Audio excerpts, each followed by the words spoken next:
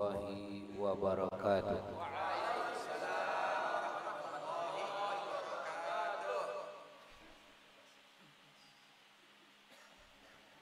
Alhamdulillah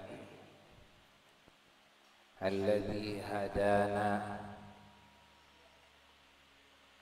wa hada ikhwanana al-mu'minina wal mu'minat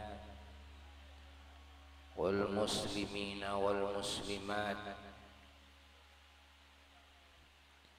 lil imani wal islam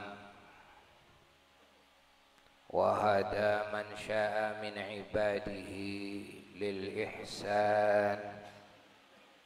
Nas'aluhu tabaraka wa ta'ala an yamunna alaina wa alaihim bil ihsan wa bikamalil imani wal islami wal ihsan hatta nalqa rabbana jalla wa ala ala dhalik.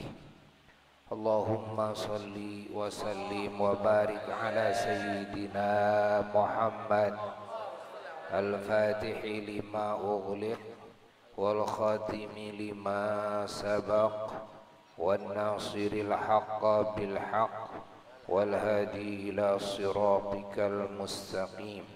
Sallallahu alaihi wa ala alihi wa ashabihi haqqa qadrihi wa miqdarihil azim.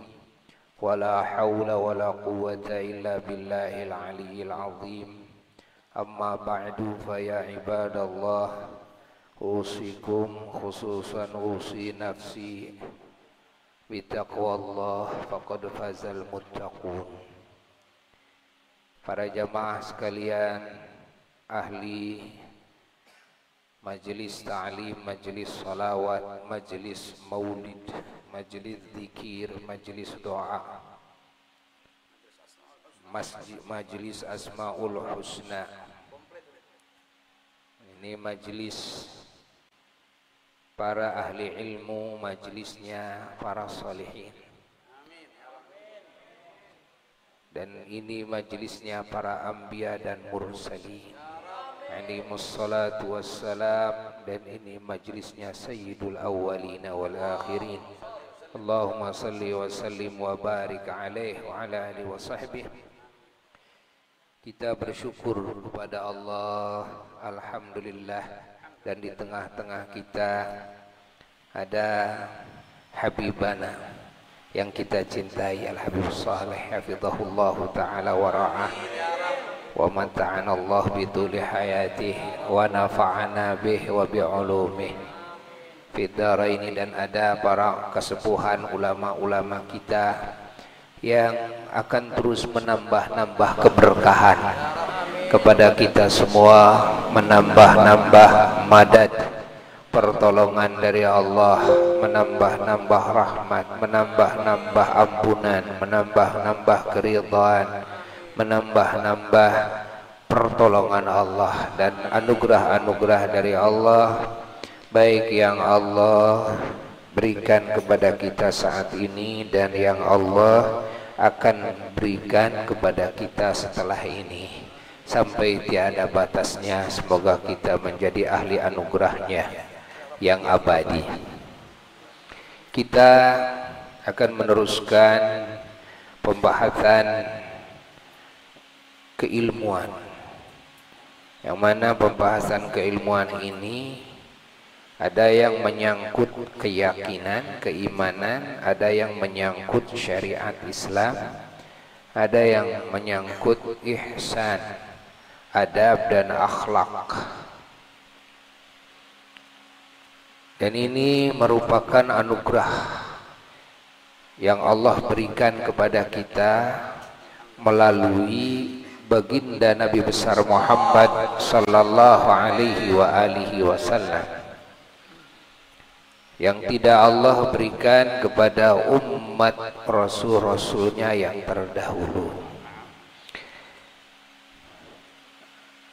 Al-Imam Al-Muhaddith Al-Arif Billah Sayyid Muhammad bin Said Alawi bin Abbas Al-Maliki radhiyallahu anhum wa ardahum wa nafa'ana bihim wa bi'ulumihim khususan bihadzal kitab Beliau mengatakan dalam kitabnya, yang mana kitab ini adalah kitab yang menjadi amalan ya yang sedang dikerjakan, dibacakan oleh Sayyiduna Al-Walid,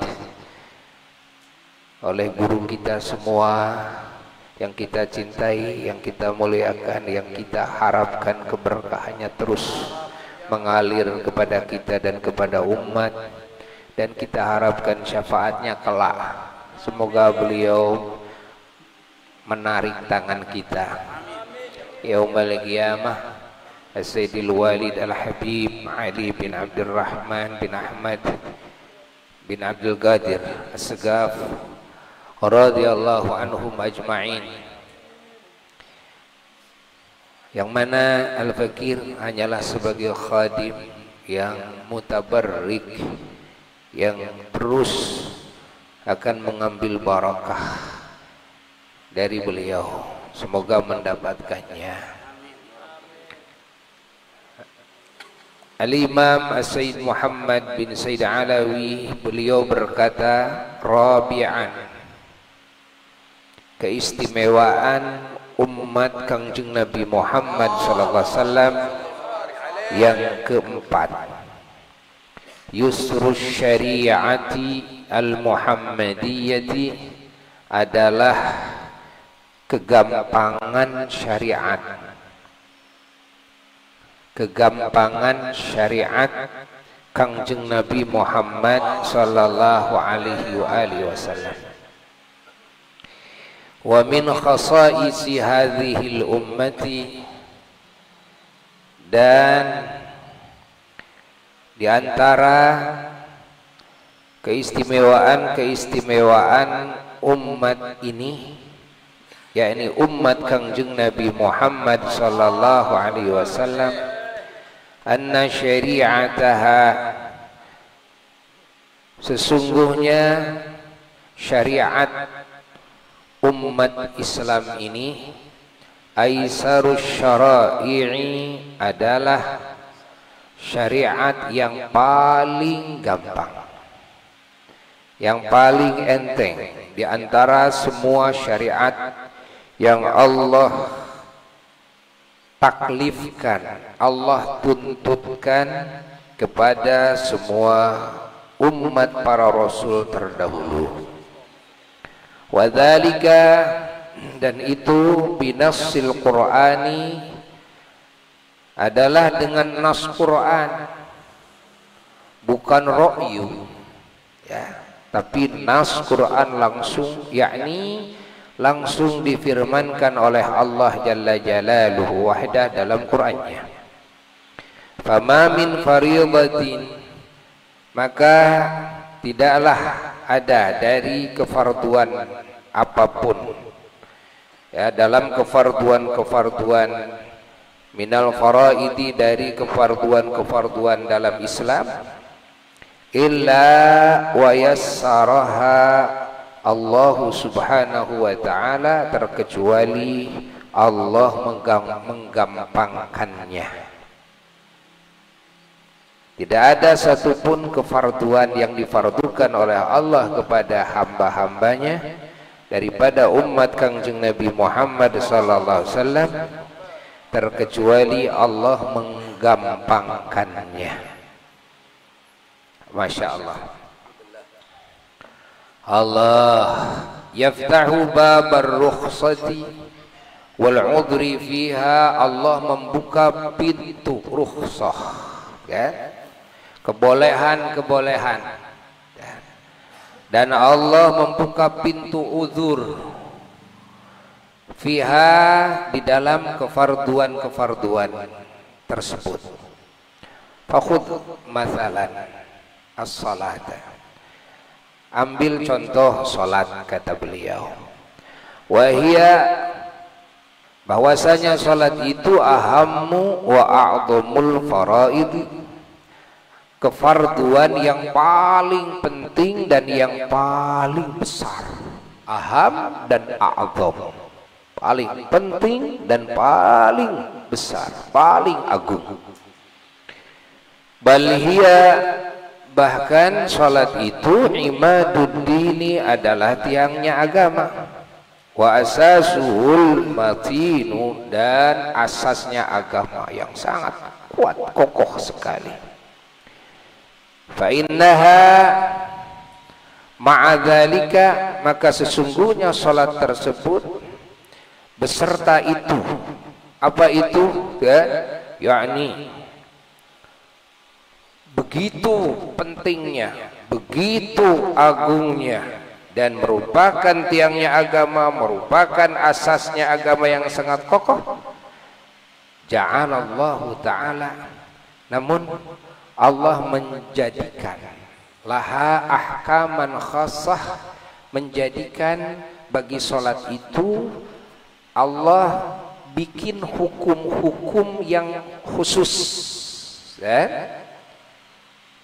Takhtalifu, yang berbeda anil hukmil asli laha, dari hukum asalnya, tidak sama dengan hukum asalnya. Mura'atan, karena Allah menjaga lidurufin khassah, bagi amaliyah-amaliyah yang tertentu, fi ahwalin khassah, dalam situasi-situasi kondisi tertentu. Kal maradi, seperti dalam situasi sakit, was-safari, dan dalam situasi bepergian, wal harbi, dan dalam situasi perang, wa fi halati adami wujudil libasi as-satiri, dan di dalam situasi ketika tidak ada pakaian yang bisa menutupi aurat, au adami ma'rifatil kiblati, atau di dalam situasi ketika kita tidak mengetahui arah kiblat, au nisyaniha, atau dalam situasi kita lupa kepada sholat, ya kan? Awin naumi, atau kita ketika kita ketiduran, anha, hingga meninggalkan sholat. Nah, ini sebagai contoh, ya, sebagai contoh yang menunjukkan kepada bahwasanya syariat Islam adalah syariat yang gampang. Sekali lagi, syariat Islam adalah syariat yang gampang. Agama Islam Allah turunkan ke muka bumi ini bukan untuk mempersulit, tapi untuk menggampangkan yang sulit. Bukan untuk menyakitkan, tapi untuk menyembuhkan yang sakit. Bukan untuk membingungkan, tapi untuk menenangkan hati. Bukan untuk bikin manusia sedih, tapi untuk bikin manusia bahagia. Pahami? Bukan untuk merusak dan menghancurkan, mencelakakan, tapi untuk menyelamatkan. Paham? Bukan untuk memecah belah, tapi untuk menyatukan. Persatuan dalam ajaran Islam bukan hanya persatuan Indonesia, tapi persatuan di dalam Islam, Masya Allah, persatuan semua ciptaan Allah. Kita tidak boleh jelek sama siapapun, muslim atau non muslim. Kita harus tetap bersikap adil. Kita harus tetap berbuat kebaikan kepada siapapun. Kita harus tetap bersatu. Kita harus tetap menyayanginya. Subhanallah. Kita harus tetap bisa menyelamatkan yang lain. Bukan cuma manusia, kepada binatang saja. Allah, ya? Bukan cuma binatang, kepada jamadat saja. Ini ciptaan Allah yang lainnya, bumi jangan dirusak, gitu kan? Udara nggak boleh dirusak, air nggak boleh dirusak, nggak boleh. Inilah ajaran Islam, dan ajaran Islam ajaran yang memberikan hayatan thayyibah, kehidupan yang baik, bukan ajaran menghilangkan kehidupan atau memburukkan kehidupan. Lah, tidak. Sehingga membunuh diri haram, dosa besar. Membunuh yang lain, dosa besar. Membunuh non muslim, dosa besar. Membunuh binatang tanpa alasannya yang benar, dosa besar. Namanya membunuh tidak boleh. Jangankan membunuh, menyakiti tidak boleh. Kita tahu cecak itu kalau dibunuh, kan? Itu boleh. Bahkan dalam sebagian hukum menjadi mustahab. Ya. Lalu kalau kita membunuhnya dikuliti, kan? Dianiaya, bolehkah? Lah, tidak boleh. Haram, dosa kita. Kan? Tikus kita kulitin atau tikus kita kasih dibakar, dikasih bensin umpamanya, lalu dibakar. Ini dosa. Jadi harus yang mematikan sekaligus, jangan pakai aniaya. Cara aniaya, ya. Itu yang boleh dibunuhnya. Dan yang tidak boleh dibunuhnya tetap haram dibunuhnya. Dengan cara apapun. Bayangkan. Jangankan itu, menyakiti. Kita membuka aib yang lain. Yang dibuka aibnya dia tidak tahu. Kalau kita buka aib dia, kita cuma ngomong sama istri kita kok. Tetangga kita si Anu gini. Kan? Si Anu gini. Si Anu gini. Menceritakan aibnya. Kalau itu aib itu betul-betul sesuai dengan hakikatnya bahwa dia itu punya aib, kan? Atau punya kesalahan, ini namanya ghibah. Dosa besar. Kalau memang tidak sesuai dengan hakikatnya, ini namanya fitnah, lebih besar. Ini ajaran apa? Ajaran Islam. Allah. Ajaran Islam, bayangkan. Maka kalau ajaran Islam diamalkan oleh semua manusia, apa yang akan terjadi di muka bumi ini? Aman, damai, bahagia semuanya.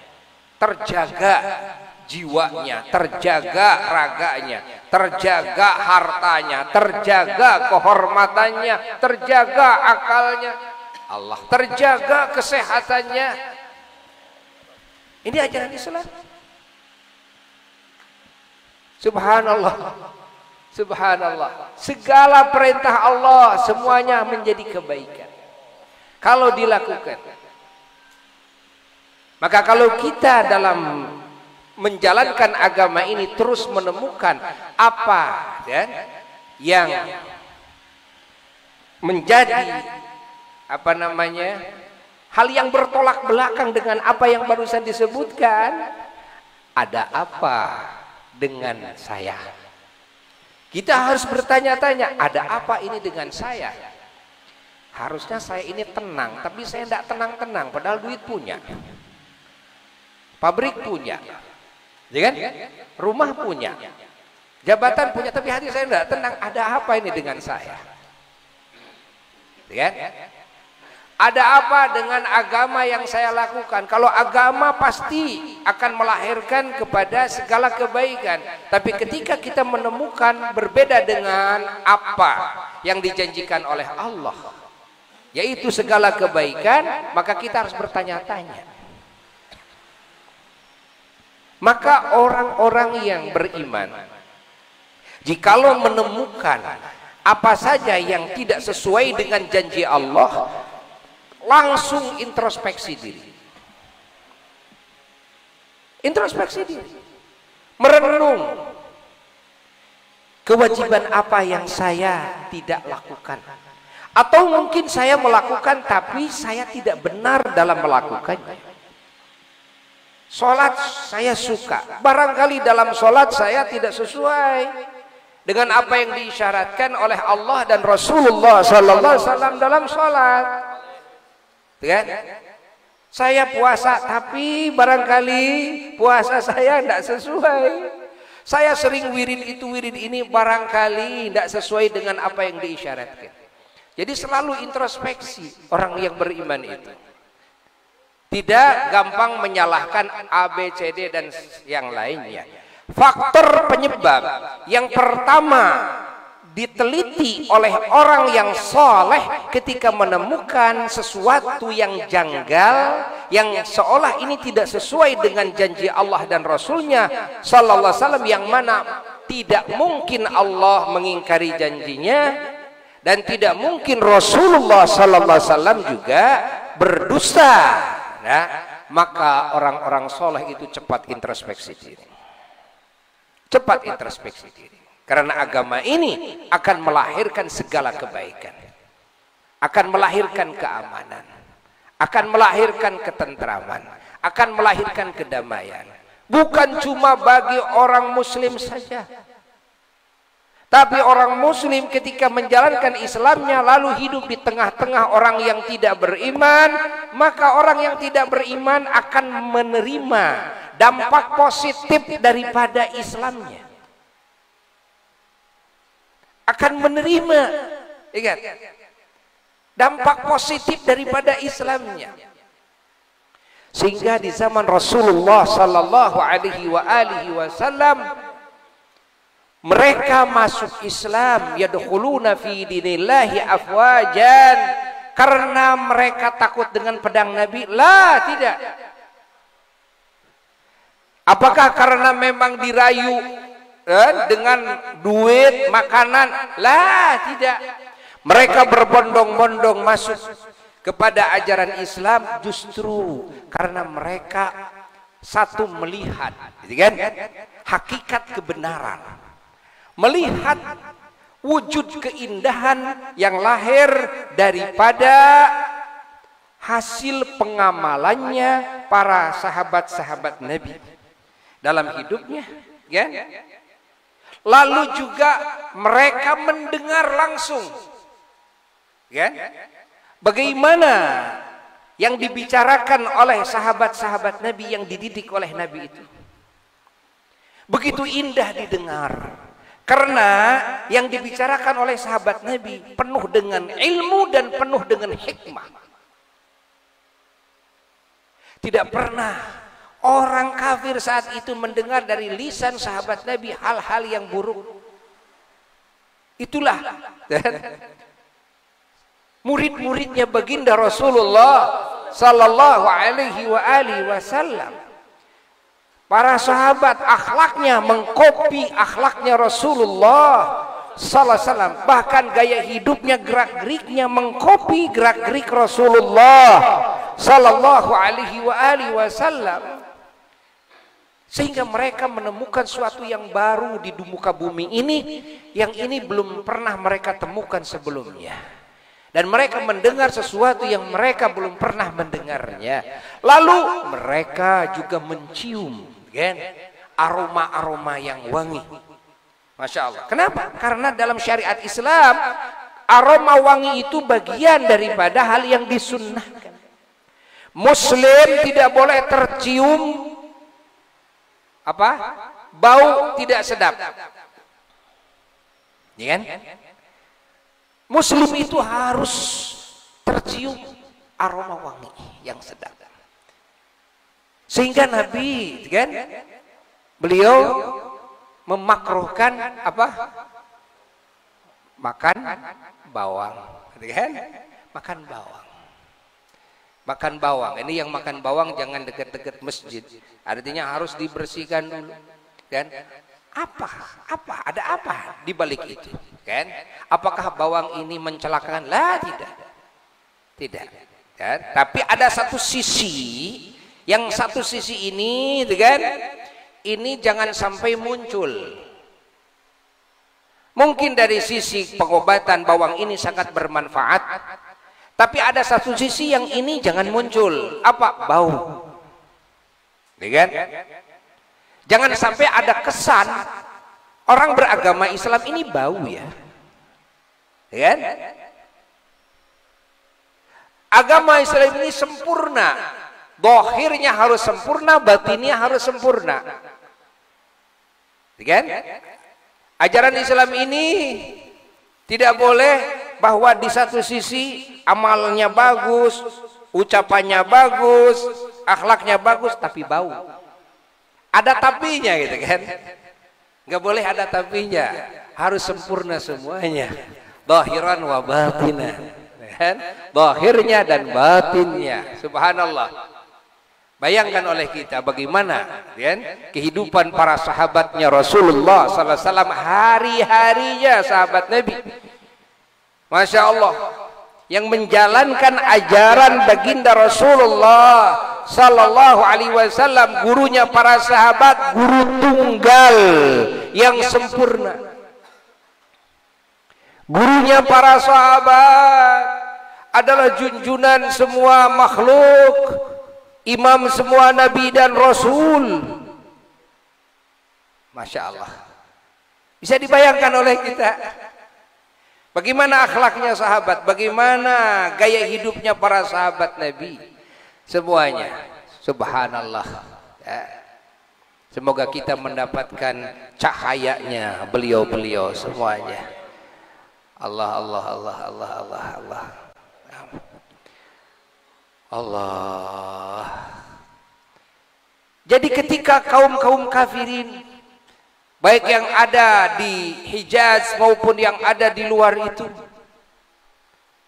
para raja-raja mengutus utusan-utusannya, para intel-intel untuk mengintel bagaimana yang disebut dengan ajaran Islam itu. Coba dilihat kehidupan Nabi baru itu yang namanya Muhammad itu, diintel. Begitu diintel, Masya Allah. Tidak lama kemudian mereka memeluk Islam di hadapan Rasulullah sallallahu alaihi wasallam, dan mereka mendagangkan ajaran Islam di negara-negaranya masing-masing. Subhanallah. Dan di dalam ajaran Islam yang begitu sempurnanya, ada sisi kesempurnaan dalam Islam. Apa? Adalah kegampangan. Kegampangan. Masya Allah.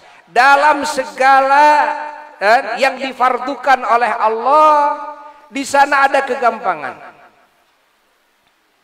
Itu hebatnya dalam ajaran Islam. Sayyid Muhammad tadi memberikan contoh sholat saja. Sholat itu disebut tiangnya agama. Sholat itu asasnya agama. Masya Allah.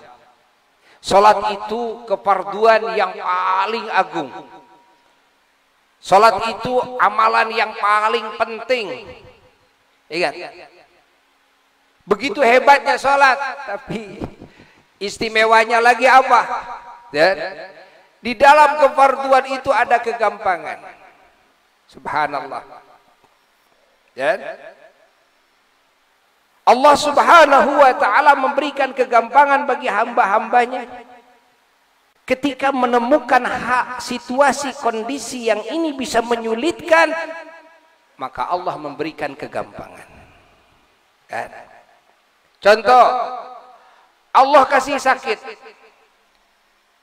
Ketika Allah kasih sakit, kita tetap harus sholat. Sholat itu tetap harus, selama kita masih ingat.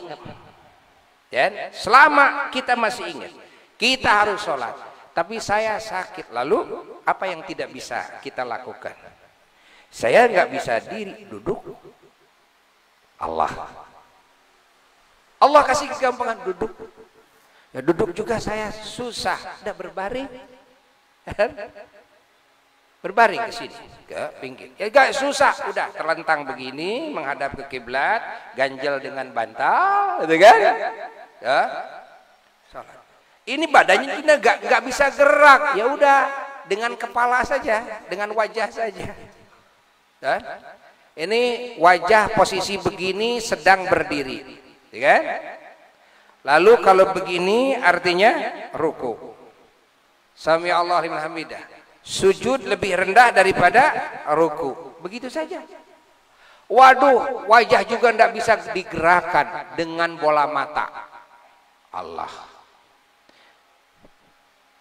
Pandangan mata diatur, kan? Pandangan lurus, rata, itu saya sedang apa? Berdiri. Kalau ruku, pandangan mata dikebawahin, kan? Sami Allah liman hamidah, angkat lagi seperti yang tadi.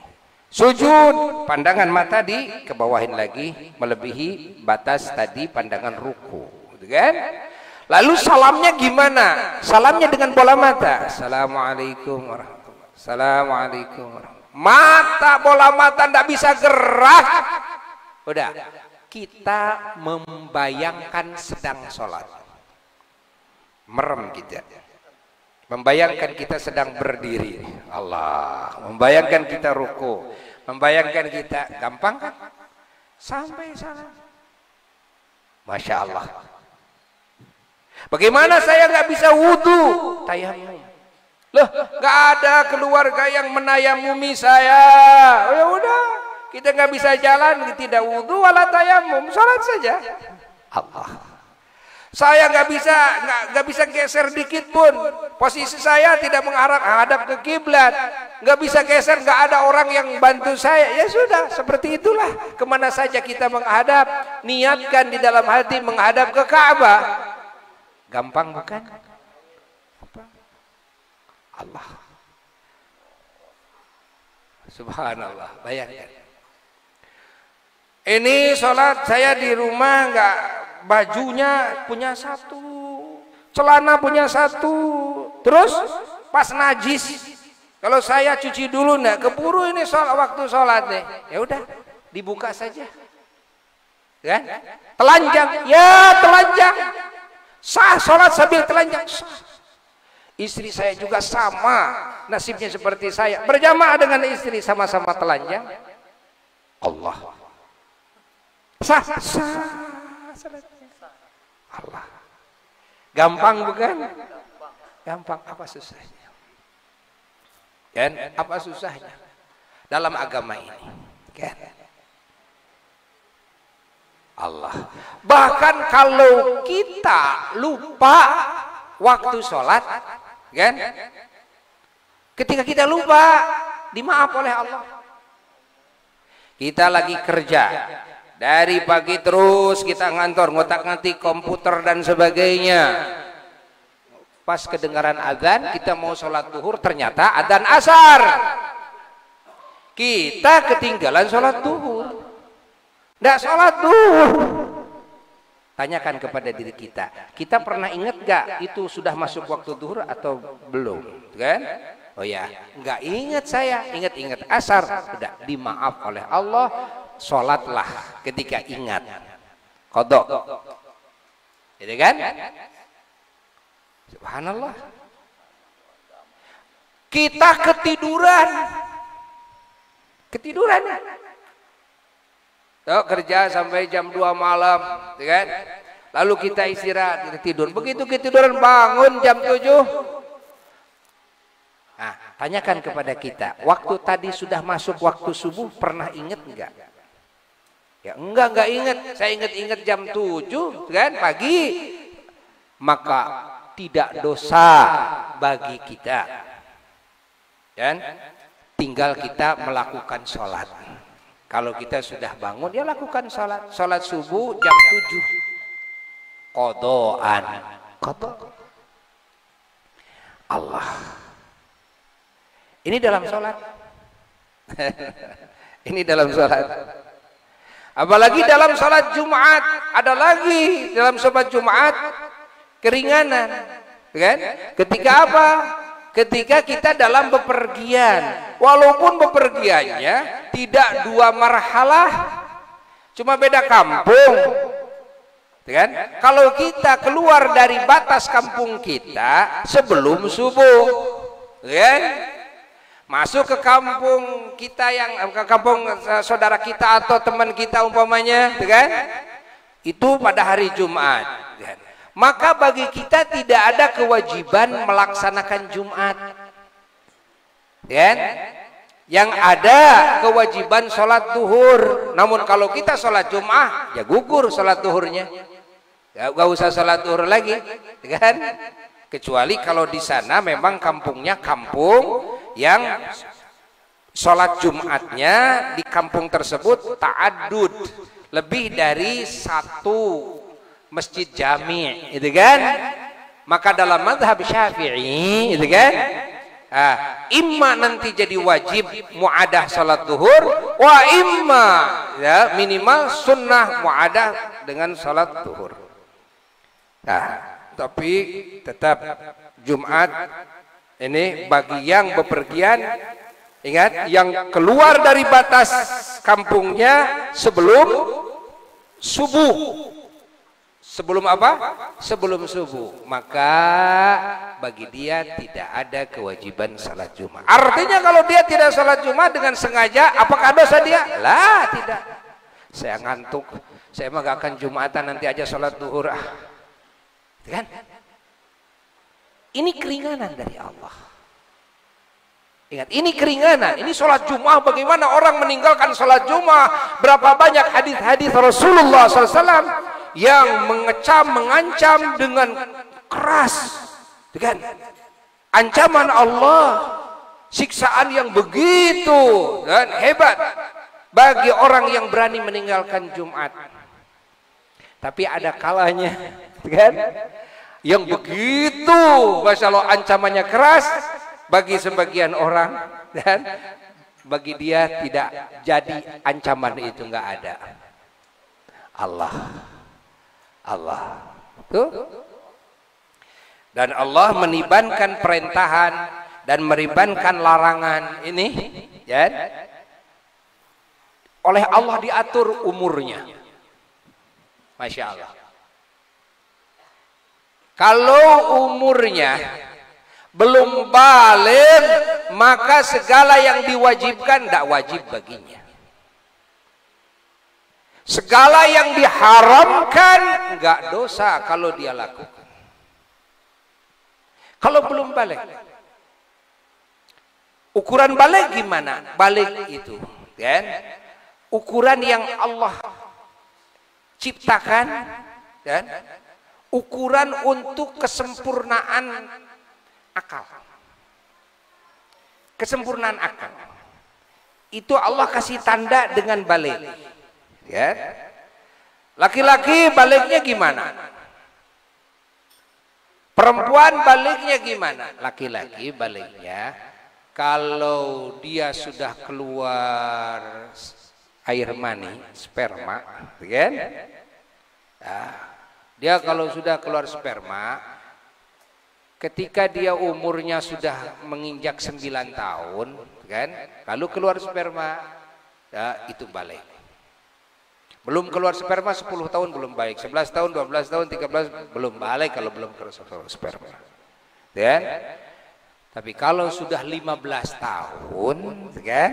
Tahunnya tahun Hijriah bukan tahun Masehi, ya. Karena tahun Masehi itu bedanya setiap tahunnya 11 hari lebih banyak daripada tahun Hijriah. Maka yang harus dipakai untuk menjadi kaidah balik itu harusnya tahun Hijriah. Nah, seperti dalam idah harus pakai tahun Hijriah, gitu kan? Dalam hal-hal lain dalam fikih, ya, ingat jangan menggunakan tahun yang Masehi. 15 tahun Hijriah pas dari mulai dilahirkan sampai detik itu, ya, maka barulah balik. Walaupun belum keluar sperma. Ya. Tuh. Lalu bagi perempuan gimana? Bagi perempuan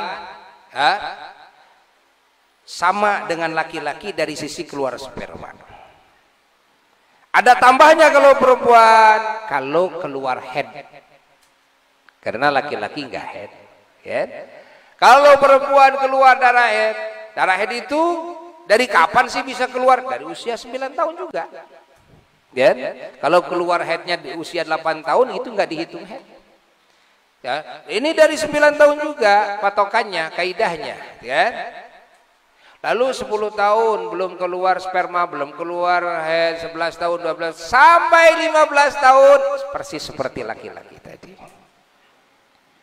15 tahun baru disebut balik, kan? Walaupun belum head, walaupun belum keluar sperma. Pahami oleh kita. Ketika balik baru ada hukum wajib yang dikenakan kepadanya. Baru ada hukum haram yang dikenakan padanya. Sebelum balik tidak ada hukum wajib baginya dan tidak ada hukum haram baginya. Subhanallah. Subhanallah. Ya. Ini kasih sayangnya Allah Jalla Jalaluhu wahda. Allah. Perempuan udah balik, kan? Udah balik ini. Berarti segala yang wajib ya wajib, segala yang haram ya haram. Tapi datanglah menstruasi. Begitu datang haid, dari mulai keluar darah haid, dibebaskan oleh Allah dari kewajiban salat yang 5 waktu. Bahkan diharamkan. Jangan sholat, wahai kaum wanita, jangan sholat. Allah sayang, jangan sholat. Malah kalau kalian sholat, aku ancam dengan siksaan. Kebalik gitu kan? Karena melakukan sholatnya haram. Kamu jangan sholat. Aneh kan? Orang meninggalkan sholat, dosa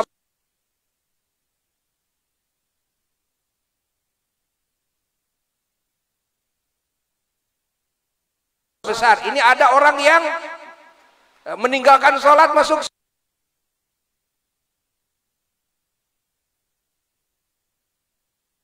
surga. Subhanallah.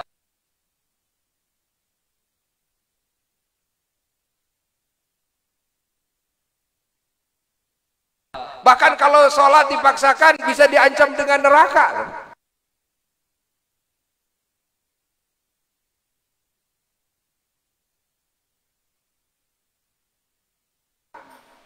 Allah. Wanita sedang haid. Kan?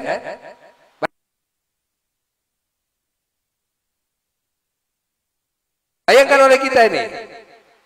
Bagaimana sayangnya Allah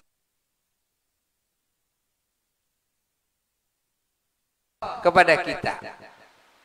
Saum Ramadan.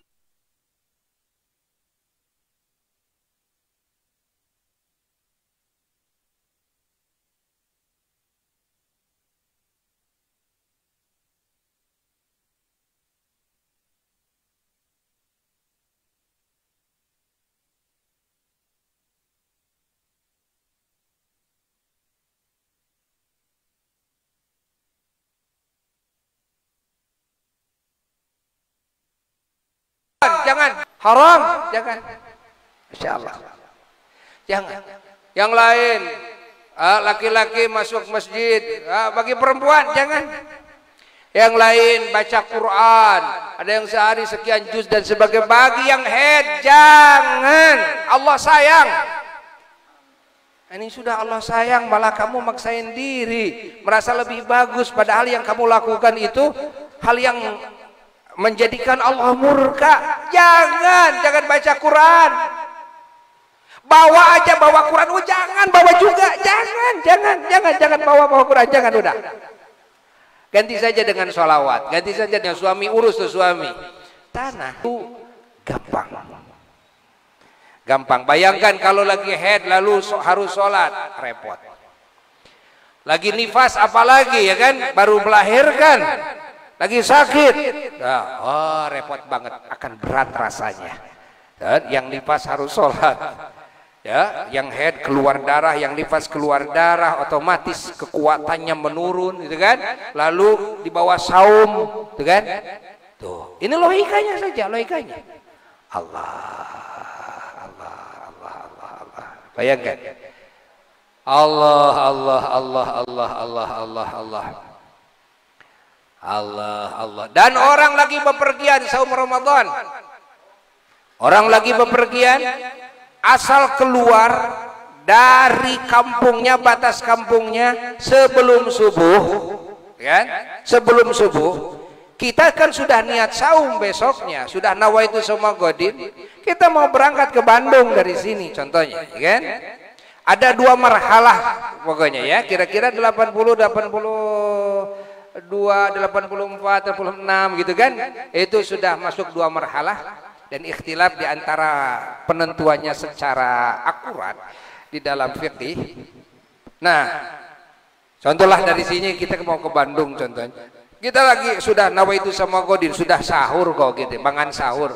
Nah, asal keluar dari batas kampung kita sebelum subuh, maka hari itu kita dibolehkan membatalkan saum, tidak dosa.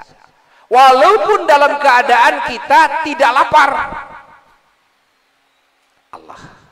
Karena beda, ada alasan kebolehan ketika lapar. Banget lapar di rumah juga, kalau banget lapar sudah tidak bisa kita tidak kuat menanggungnya, subhanallah dibolehkan buka. Karena kerja berat banget, kayak kerja apa itu kan, ya kuli-kuli berat lah gitu kan, lagi saum ini berat banget, sudah payah ini, sedangkan sedang kasab mencari rezeki yang halal untuk bekal kehidupan, ya dibolehkan buka. Allah, walaupun tetap tiap malam wajibnya kan? Besok gitu lagi ya buka lagi, nanti lihat lagi ya buka lagi besok, gitu aja terus. Gimana nanti kodoin kapan itu, jika memungkinkan ada waktu untuk mengkodok. Kalau tidak memungkinkan kan, sampai saya meninggal dunia dosakah saya? Tidak dosa. Allah, kalau Allah sudah memberikan kan apa kebolehan, rukhsah, artinya kamu aman dari ancaman Allah, sudah aman dari ancaman Allah, ya. Pahami oleh kita semua. Allah, Allah, Allah, Allah, Allah, Allah, Allah, Allah, Allah. Oh. Lalu wa hadza taysiru, kata muallif, kegampangan ini huwa adalah as-sifatul ammah, sifat yang umum lihadhihi syariatil mutahharati, bagi syariat ini, yakni syariat Islam yang disucikan oleh Allah.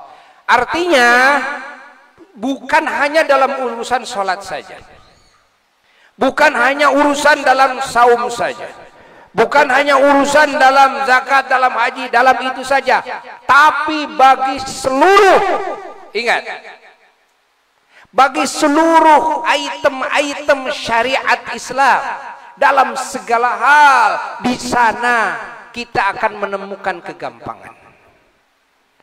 Pahami oleh kita semua, ya? Nah, kegampangan inilah yang terkadang oleh sebahagian orang yang belum paham kepada masalah ini, kepada bab ini, mereka menganggap bid'ah, ya kan? Maulid jadi bid'ah, kenapa pakai berdiri itu kan, dan sebagainya itu kan. Nah, suatu yang enteng, suatu yang senang, menyenangkan dan sebagainya itu akhirnya dianggap bid'ah. Mereka tidak paham kepada makna daripada agama ini gampang. Nah, dari kegampangan ini luas dibagikan oleh Allah kepada semua hamba-hambanya yang beriman, sehingga orang-orang yang beriman tidak menemukan kesulitan dalam hal apapun. Ketika berhadapan dengan urusan-urusan yang sulit, menjadi luas, menjadi lega.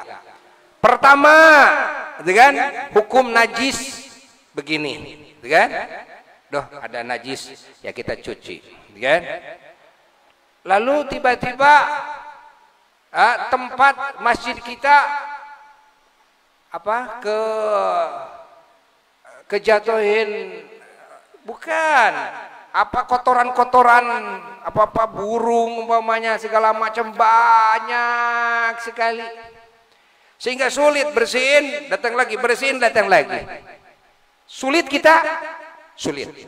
Tapi ketika saat itu sulit, kalau sudah betul-betul kesulitan itu menjepit kita, malah oleh Allah kesulitan itu dibuang jauh-jauh, sehingga oleh Allah dimaaf kita sholat di atas kotoran burung tersebut. Lihat jalan umum yang dipakai diinjak oleh manusia, boleh jadi diinjak oleh binatang, gitu kan? Bagaimana hukumnya kalau kita sholat tanpa sajadah, tanpa alas di jalan umum? Sah. Bagaimana kalau musim hujan, banyak kotoran itu, kotoran ini, najis itu, najis ini? Sah. Tempat-tempat yang umum menjadi sah, gitu kan? Menjadi gampang. Allah. Kegampangan ini adalah anugerah yang Allah berikan secara khusus kepada kita umat Kangjeng Nabi Muhammad sallallahu alaihi wa alihi wasallam. Maka para ulama, terutama ya ahli fatwa, kan? Terutama mujtahid, ketika mau menerapkan undang-undang di masyarakat itu betul-betul jeli melihat, kan? Jangan sampai ini diterapkan aturan ini justru ijtihad ini menimbulkan kesulitan kepada umat. Lah, tidak. Tidak. Harusnya menjadi kegampangan bagi umat. Pahami oleh kita semua. Qala ta'ala, berfirman Allah ta'ala, a'udzu billahi minasyaitonir rajim, bismillahirrahmanirrahim. Yuridullahu bikumul yusra wa la yuridu bikumul usra. Sadaqallahul aliyyul azim. Maknanya wallahu alam bimuradihi bidzalik. Yuridullahu bikumul yusra, Allah menghendaki kegampangan bagi kalian. Wala yuridu bikumul usra, dan Allah tidak menghendaki apa? Kesulitan bagi kalian. Ya. Ini kaidah yang mendasar, pernyataan dari Allah. Wahai manusia, jangan khawatir kalian memeluk agamaku lalu kalian kesulitan. Justru segala kesulitan akan aku hilangkan ketika kalian masuk di dalam lingkungan Islam agamaku. Allah. Pahami oleh kita semua. Waqala, dan telah bersabda Kangjeng Nabi Muhammad sallallahu alaihi wasallam yang sabdanya, innallaha radiya li hadhil ummati al-yusra, sesungguhnya Allah ridha kegampangan bagi umat ini. Wa kariha lahal usra, dan Allah benci kesulitan bagi umat ini. Rawahu, telah meriwayatkan kepada hadis tersebut At-Tabarani, Imam At-Tabarani birijalis sahih, dengan rawi-rawi hadis rijal-rijal sahih. Warawa, dan telah meriwayatkan Ahmadu, Imam Ahmad bin Hanbal radhiyallahu an fi musnadihi, dalam musnadnya, an Hudzaifah, dari sahabat Nabi Sayyiduna Hudzaifah radhiyallahu anhu qala, beliau berkata, sajada, telah sujud baginda Nabi besar Muhammad sallallahu alaihi wasallam, falam yarfa' ra'sahu, dan Nabi tidak mengangkat kepalanya, hatta dhananna, sehingga kami menyangka anna nafsahu qubidat, bahwa ruh Nabi ini di apa? Dicabut. Falamma faragha, ketika selesai Nabi salat dan Nabi sujud, qala, lalu Nabi bersabda kepadaku, kata Sayyidina Hudzaifah, apa yang dikatakan oleh Nabi? Dan wahai Hudzaifah, Rabbi istasyarani, Tuhanku, dan Tuhanku bermusyawarah denganku. Allah. Dan al-hadits. Wa fi, dan di dalam hadis tersebut ada kalimat ini, wa ahalla lana katsiran, Tuhanku telah menghalalkan bagi kita kathiron kepada banyak sekali, mimma syaddada ala man qablana, daripada apa-apa, yakni hukum-hukum yang mana Allah telah memberatkan kepada orang-orang sebelum kita. Walam yaj'al alaina fid dunya min harajin, dan Allah tidak menjadikan bagi kita di dunia ini daripada kesulitan. Falam ajid syukran illa hadhihi sajdah, maka aku tidak menemukan syukur kecuali sujud ini, kata Nabi. Dengan sujud kami bersyukur kepada Allah Jalla Jalaluhu wahdah. Allah Allah Allah Allah Allah Allah Allah, kita bersyukur ya. Wa kana, dan telah terbukti Kangjeng Nabi Muhammad sallallahu alaihi wasallam yaftakhiru, beliau berbangga-banggaan ya, bihadhihi ni'mati, dengan nikmat ini, yakni digampangkannya oleh Allah ya, berbagai hal, hukum-hukum yang oleh Allah diberatkan kepada umat rasul-rasul terdahulu. Beliau tahaddus bin ni'mah tahaddusan bi ni'matillah, beliau membicarakan kepada nikmat Allah yang diperintahkan oleh Allah, wa amma bi ni'mati rabbika fahadits wa yaqul, dan beliau bersabda, inni bu'istu bil hanifiyati samha, sesungguhnya aku diutus oleh Allah membawa agama yang murah. Lihat, Masya Allah, agama yang murah, yang gampang, Masya Allah.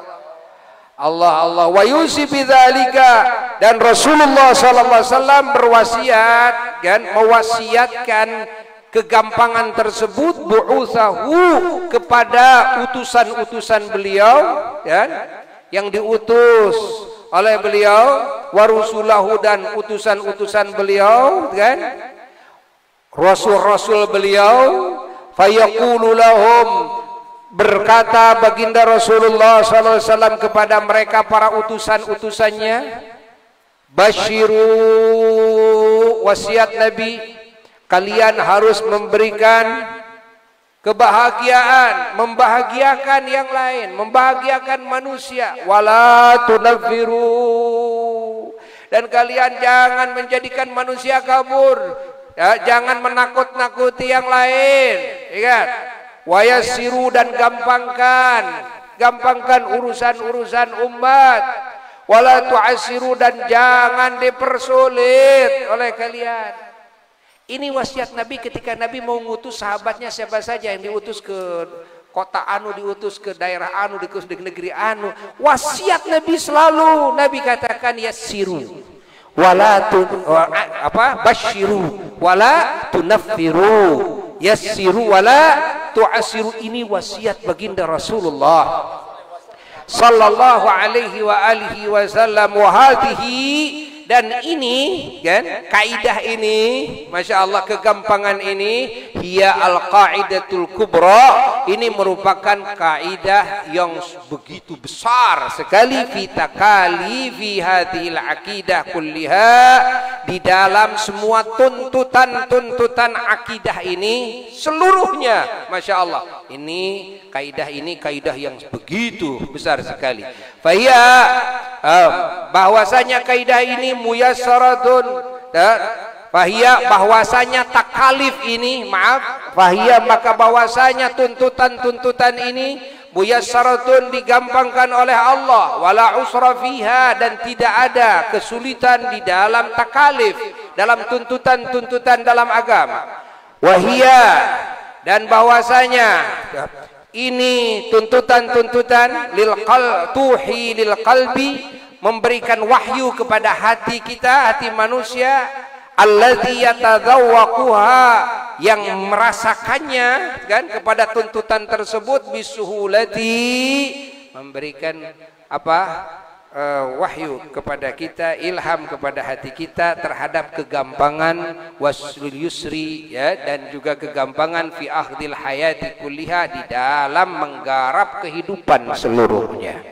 Allah wa tatba'u nafsal muslimi, dan tuntutan-tuntutan dari Allah ini di dalam beragama ini kan, itu memberikan stempel kan nafsal muslim kepada jiwa muslim bitabi'in khasin, dengan stempel yang khusus dan yang istimewa, minas samahati, yaitu kemurahan, kegampangan, allati la takallufa fiha, yang mana kegampangan ini bukan dibikin-bikin, memang gampang dari sononya, ya kan? Bukan pencitraan, bukan, kan? Memang dari sananya gampang begitu, kan? Dari sananya gampang, ya kan? Bukan merendahkan agama dan sebagainya lah, memang gampang dari sananya, kan?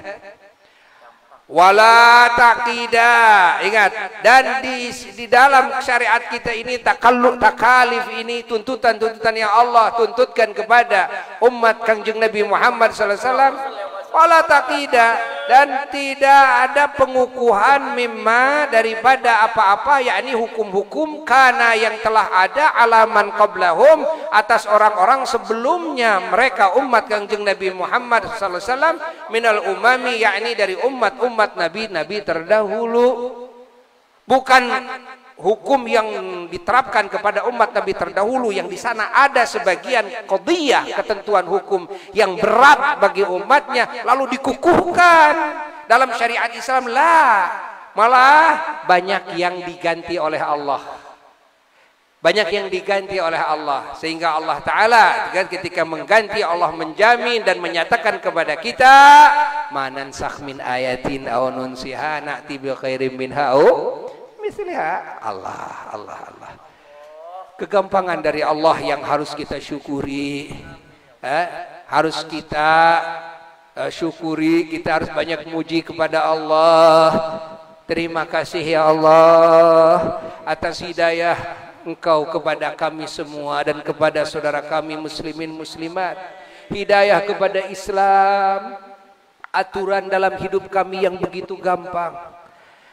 Terima kasih ya Allah, dengan aturan Engkau yang begitu digampangkan oleh Engkau, namun Engkau menjamin dan berjanji akan memberikan karunia dan pahala yang jauh lebih besar ketimbang pahala yang Engkau berikan kepada umat Rasul-Rasulmu terdahulu, di mana ketentuan-ketentuan hukum dan tuntutan-tuntutan yang Kau tibankan kepada mereka jauh lebih berat daripada apa yang Kau tuntutkan kepada kami sebagai umat Kangjeng Nabi Muhammad sallallahu alaihi wasallam. Tetapkan kami di dalam Islam, hidupkan kami di dalam Islam, berikan hidayah kepada semua yang belum mendapatkan hidayah Islam, berikan hidayah Islam kepada mereka ya Allah. Jagalah Islam ini ya Allah, sempurnakanlah Islam ini di diri kami semuanya, dan ketika mati, matikan juga dalam Islam secara rupa dan secara hakikat, zahiran wa batina, bijahin Nabi sallallahu alaihi wasallam, wa ila hadratin Nabi sallallahu alaihi wasallam. Al-Fatihah.